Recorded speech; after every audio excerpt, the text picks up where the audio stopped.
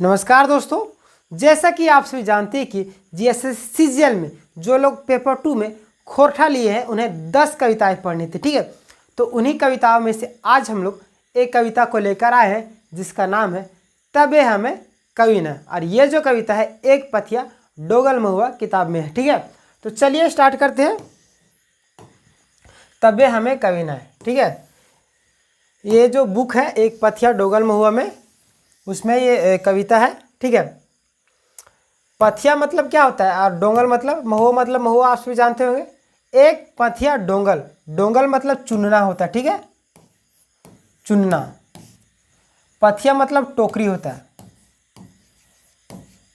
यानी ये जो बुक है ना उसमें 47 कविताओं को संग्रह है। ठीक है, तो उसमें से हम लोग को 10 कविता पढ़ना, यानी अलग अलग लेखकों का कविता को संग्रह करके इस बुक में रखा गया है। यानी जैसे टोकरी में हम लोग महुआ को चुनते हैं ना फूली फूली करके, तो बहुत सारे महुआ को हम लोग एक टोकरी में संग्रह कर देते, तो टोकरी हमारा क्या हो गया, बुक हो गया एक तरीके से। तो बुक हो गया हमारा क्या, एक पथिया डोंगल महुआ, और इसमें बहुत सारे लेखकों का जो कविता है उसको संकलन किया गया। ठीक है, तो चलिए देखते हैं। अब हम लोग विथ एमसीक्यू के साथ में देखेंगे ताकि आपको समझ में आ जाएगा किस तरीके से क्वेश्चन बनेगा। ठीक है, तबे हमें कवि न, यानी कि इनके जो लेखक हैं ए.के. झा जी हैं, जिनका नाम है फूल अजीत कुमार झा। ठीक है, पूरा नाम पूछा जाता है। ठीक है, यदि कवि मैंने सुधे भाट तबे हमें कवि न।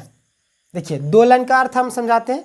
यदि कवि मैंने सुधे भाट, भाट मतलब क्या हो गया आपका, भाट मतलब होता है जैसे कि पहले के ज़माने राजतंत्र था, तो राजा के यहाँ पे कवि लोग रहते थे, तो राजा की प्रशंसा में क्या करते थे वो लोग, बहुत सारी कविताएं लिखते थे, यानी चापलूसी करते थे राजा का। ठीक है, ताकि उसको पुरस्कार मिल सके। तो यहाँ पे कवि बता रहे हैं कि यदि कवि का मतलब किसी की चापलूसी करना या किसी की तारीफ में कुछ लिखना, तो उसका मतलब कवि नहीं हो, यानी कि मुझे कवि में मत गिनिए, काउंट नहीं करना है। ठीक है, आगे आप फिर बोलते हैं यदि कवि के काम नटुआ नाच, यानी कि नटुआ मतलब कि नचाने वाला हंसाने वाला, ये कवि जी बोल रहे हैं कि यदि कवि का मतलब कि कुछ ऐसी बातें लिख देना जिससे लोग नाचे हंसे, तो उसका मतलब मैं कवि नहीं हूँ। ठीक है, चलिए आगे बताते हैं। तबे हम कवि ना। ठीक है, नटुआ नाच में यदि कवि मैंने किलवी करवैया। ठीक है, किलवी मतलब कि हंसाने वाला, बातों बातों में से कुछ कविता को देखिएगा, कुछ हास्य बात कविताएं होते हैं, कुछ बहुत सारी चीज़ें ऐसी होती हैं जैसे समाज के कुरीतियों के प्रति कविताएं होती है बहुत सारे। तो यहाँ पे जो कवि बोल रहे हैं ना, यदि कवि मतलब जैसे हंसाने वाला हो, कुछ ऐसे लिख दिए जिससे लोग हंस रहे हैं, तो उसका मतलब मैं कवि नहीं हूँ। ठीक है, तबु हमें कवि ना बोल दिए। ठीक है, फिर अगला बार बोलते हैं यदि कहे मैंने हौ गवैया तो वो हमें कवि ना, यानी कवि जी बोल रहे हैं ए.के. झा कि यदि कवि मतलब कि गाने वाला हो, उसके बाद भी हम कवि नहीं हैं। मतलब किसको कवि बोल रहे हैं कि कवि होना चाहिए, उसको देखेंगे। बोल रहे हैं कि यदि कवि मतलब कोई नाचने गाने वाला हो या हंसाने वाला हो, तो उसका मतलब मैं कवि नहीं हूँ। अब देखिए कवि किसको असल में कहेंगे। ठीक है, गवैया मतलब कि गाने वाला को बोल रहे हैं यहाँ पे। ठीक है, असली कवि किसे बोलेंगे देखिएगा, किले ना। यदि कवि मने गवैया तबे शेरा, यानी कवि मने गवैया तबे शेरा, कवि लता मंगेशकर। यदि कवि मने बस नचवैया तबे महान कवि उदय शंकर।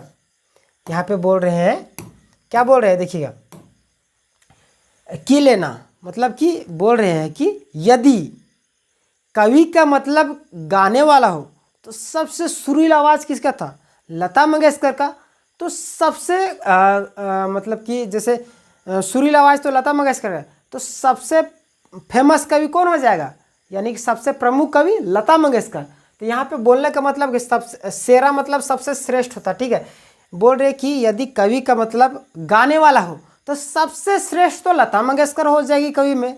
फिर आगे बोल रहे हैं यदि कवि मने बस नचवैया, तो सबसे अच्छा नाचने वाला कौन थे, उदय शंकर। तो उदय शंकर कवि हो जाएंगे। तो फिर हम लोग क्या हैं, फिर आगे बताएंगे क्या बताना चल रहे।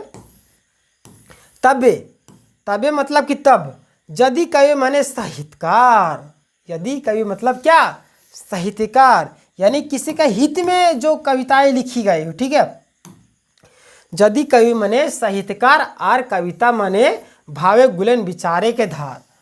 यहाँ पे बोल रहे कवि उसे बोलेंगे जो साहित्य लिखता हो, साहित्य ऐसा नहीं समाज के विरुद्ध, यानी कि समाज में जो कृतियाँ हैं उसके विरुद्ध लिखता हो, यानी समाज को जागरूक करने का, लोगों की भलाई के लिए बहुत सारी चीज़ें लिखता हो, उसे कवि हम बोलेंगे, ठीक है।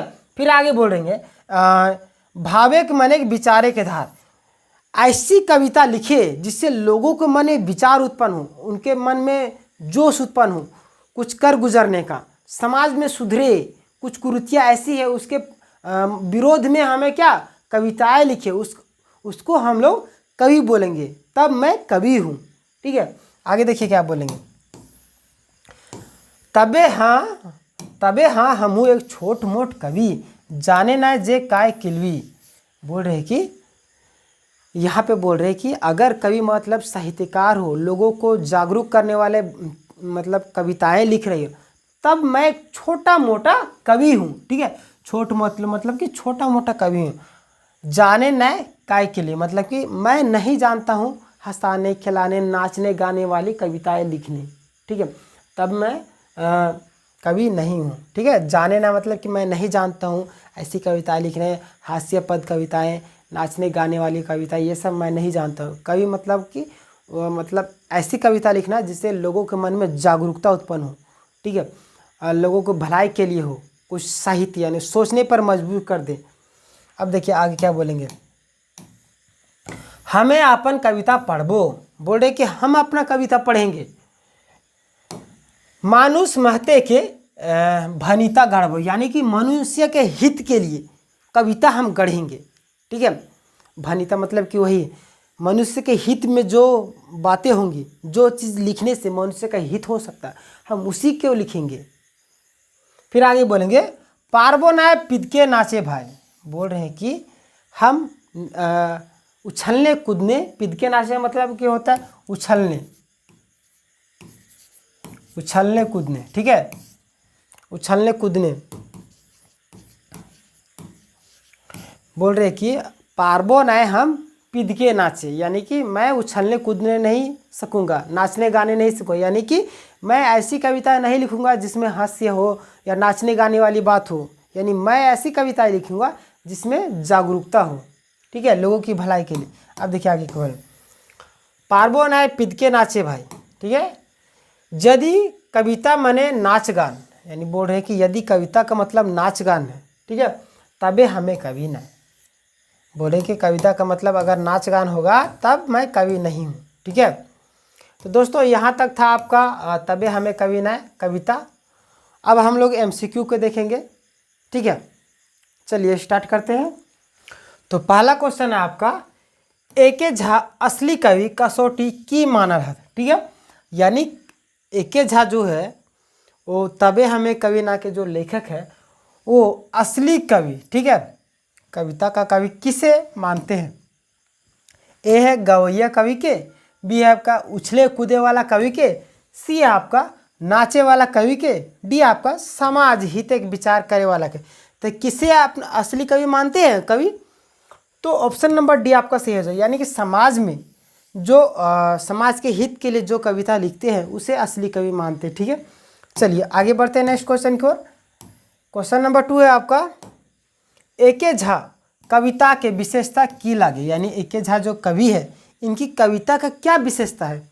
ए है आपका सुर लय बांधल, बी आपका ठेठ खाटी खोटा भाषा, सी आपका गंभीर और तर्क भरल विचार, डी आपका ए आर विदुयो। तो यहाँ पे आपका जो सही आंसर हो जाएगा ना ऑप्शन नंबर सी गंभीर और तर्क भरल विचार, ठीक है। चलिए नेक्स्ट क्वेश्चन की ओर चलते हैं।